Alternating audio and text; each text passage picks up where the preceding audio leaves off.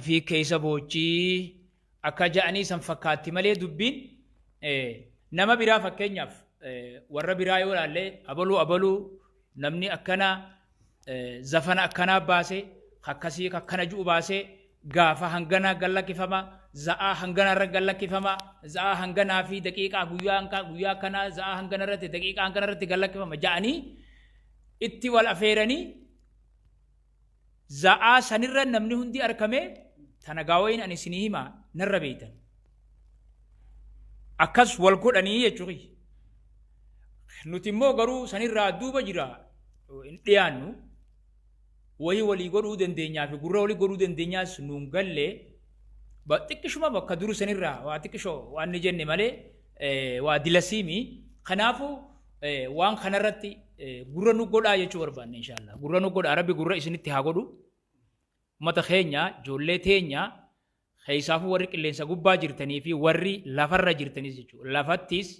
qilleensa gubbattis namni sagalee teenya tana dhagehe namni sagalee teenya tana dhaga'u jechuudha. Namni agartan hundinuu waliifis dabarsaa walittis hima walis kakaasaa nu bira dhaabbadhaa guyyaa san eeyba nashiidaa sheemmi kaahil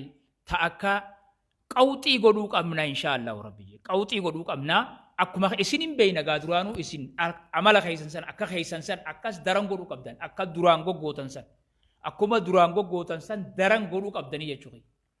isinin boonna akkasi jabaadhaa ummata keenya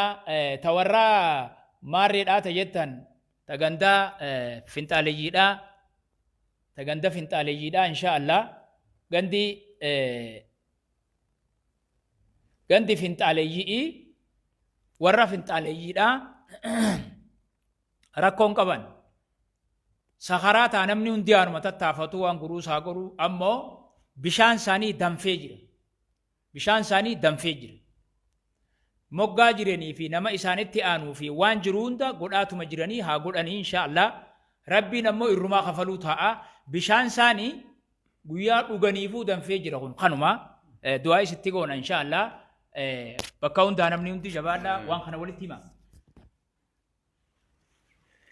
bishaan isaanii danfee jira jecheen inshaallah finxaaleeyyiin dhuguma harkas fuutee jirti rabbiinis ni qaba inshaallah ammoo nuti akka ummataatti gizee hundaa ummata kana dalagaa godhanneetuma isaanii booyu maa booyan salaalee sagalee maal ta'an salaalee ni jirtiimi akka isaan dalagan san dalaydee garsiisuu qabdi salaaleen akka isaan godhanii mucaa xiqqaa bareedaa san qabanii qalansan waan san daranii dalaganii garaa namaa qabbaneessuu qaban maali wanni mootummaadha finxaaleeyyii hattuu tanaaf ummanni oromoo guutuun onlaayina gubbatti bahee booyaa gidee hunda irraa kafalamuu qaban malee booyuun nun barbaachisu booyallee haa dhoyfannu aduwwii wannummaan duraan dalagaa jirtuu nu boochisuu boonyee garra argan gaa kuno boonyeef jechuudha hundi keenya haalli kun nun barbaachisu ana akkasatti fakkaatti waan gartee nama tokko gartee miskiina akkanaa kana kafalaniituma garsiisanii garaa ummata ifiitii fi garaa saba ifiillee qabbaneessan malee amallee namna keenya qabu ni beekta awwaaniin irraa jibbe ummata kanarraa awwaaniin jibbeeta kan jira amallee ummata keenyaa kun akka gowwaan jaan akka gowwaan wahiin dhoysa jedhee waa himaa jaan waa mul'isa aqillee ammoo waa himaa waa dhoysaa jaan akka nama nasihaa namaa yaadu akka nama quuqama qabuu tokko isin godhee wanni kun ol baaftanii waan isaan dalagan ol baaftanii ilaal jarri kun akka dalage jettanii isaan kofalchiisuun sirrii miti akka kayya jechuudha waan isaan dalagan san dhoysuu gaarii maaliif isaan ni koflan itti boonan itti gammadan waan ta'eef amma namni garii suuraa quraana gubatee suuraa namni tokko warri jallaan quraana irra miilaa kaayee suuraa ka'ee asii dhoysii hanguma miilaa suuraa kaasee waan akkanaa ta godhu waan jiru deddeebisanii poosti godhan maaliif godhuu feesise godhanii mi'ee dilii rabbi abbumaan gaafata quraanni inni akkas godhuudhaaf gadin jiru gana addunyaa tana gubbatti mootummaa fudhachuu ta'a quraanni rabbi jechuudha kun baay'ilama rabbiiti gana addunyaan tun guutuun islaamummaadhaan buluuf teessi kun baay'ilama lafa jiru inni quraana irra miila kaa'eef kaan quraana gubeef islaamummaan baddun jirtu waan san deddeebiftanii waan akkas akkasiisan waan jarri dalagansan ol baaftanii sheer godhuu walii dabarsuun maal godhuun magaalaa isaanii oowwisuu jechuudha. Magaalaa isaanii oowwisuu ha godhe han godhin ha biraa ha bakka biraa sheer gootanii poosti gootanii maaliif garsiiftaniidha. Tanatti buhaaran tana gammadan tanaan kamrii dhugan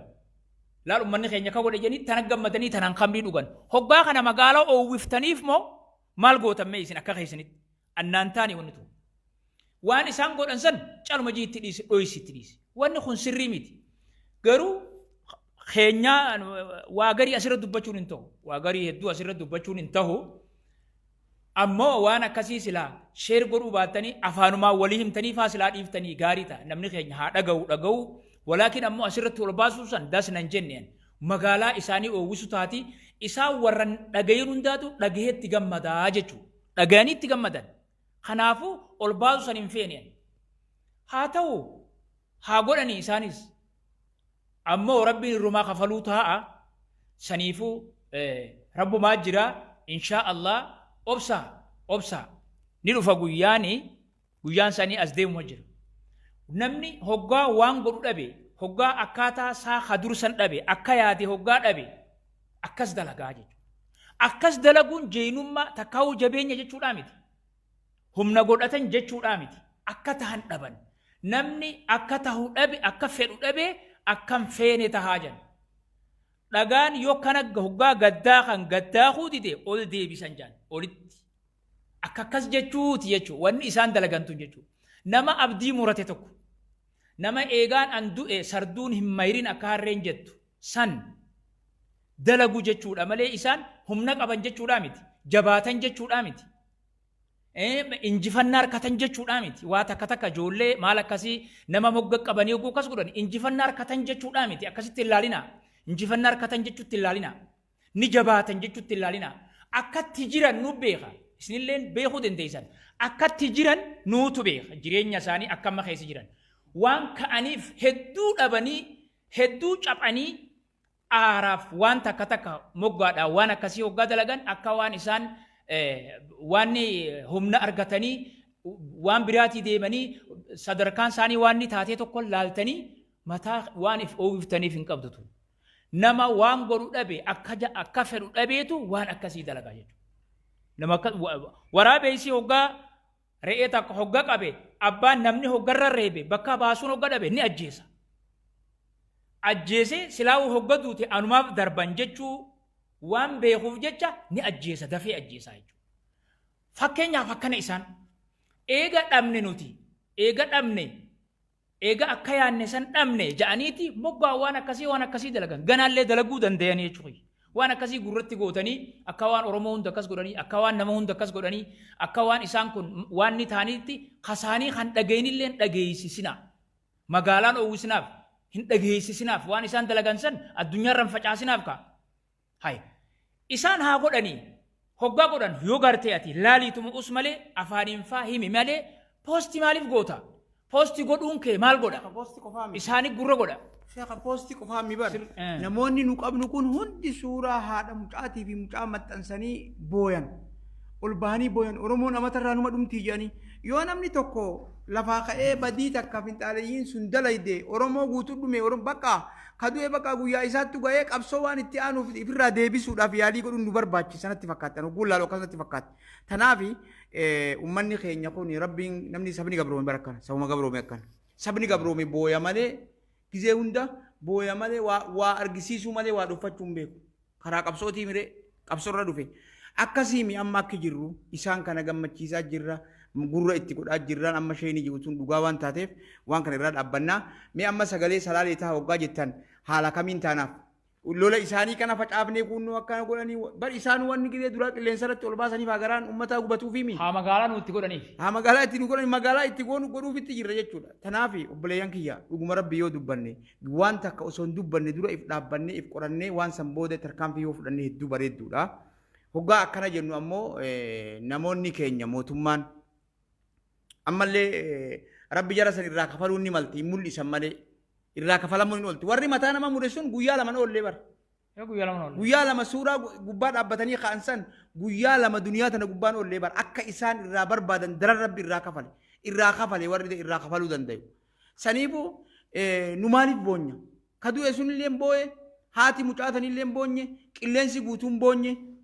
aduwwiin teenye tagartee duraanuu aduwwii kufuun cabuu jedhanii maal nuun jetti jennee haalaallu asumaanuu waan kana qaamni dhimmi ilaallatu namoonni qabnu mootummaa fi warri aara nu baasuu dandayu yoo isaan tokko ajjeesan dachaa sanii godhee baasuu dandaya insha Allah garaan keenya qabbanaa'umaaf deema waa takkallee hin fidanii kokkee eega gorra'anii irraa mataa muran iyyitu hiikni si maal hiikani qabdi hiikan qabdi kokkee eega gorra'an iyyitu jechuudha isaan kun kokkee eega muram dubbattu waan taateef hiikan qabdu tanaafu barakallahu fiikum wajazaakumullahu khairan ifillee jeeqxanii walillee jeeqinaa zamanni zamana saniimi zamanni zaman nuti biyya qabnu zamanni angoo nuti harkaa qabnu zamanni zaman nuti abbaa biyyaati namni biraa ka gartee itti duullu hin jiru ifumaaf gartee eebii teenyallee dhoyfannee ifumaaf sossaa ifumaaf gartee diina keenyallee ifirraa dhorku akka dandeenyu haa irratti xiyyeeffannuun ja'a galatoomaa. Galatoomaa jazaakumullahu khairan wani nuti jennu tana akkas nuuf fakkaate ammoo isin gariilleen dhugaadha ja'a ammoo namni garii akka biraatti fakkaachuun ni mala akka nama hin quuqamne akka nama haajaa nama hin qabne akkasitti nuti itti fakkaachuullee ni mala waggaa akkana jennu kana jechuudha. Garuu yaadni namaa adda addaa akkatti fudhatutti namni fudhata akka nuti itti fudhanne immoo akkas. Amma gariin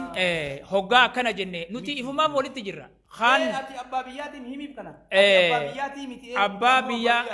laal rakkoon uummanni keenya rakkoon isin qabdan akka amma jirru kana jechuudha. Akka amma jirru kanatti Oromoon eega gaafni isiin tokkummaa qabdu gaafni isiin jabduudha. Jabeenya isiitillee wayyaanee garsiifte gaafa wayyaaneen jirtu. Oromoon namni guututti isii miidhu yoo jiraachuu baate ganaallee tokko hin taatu. Tana jala muraa beeka. Awwaanni isiin mudhagaa. Waan naa gale. Ganaallee Oromoo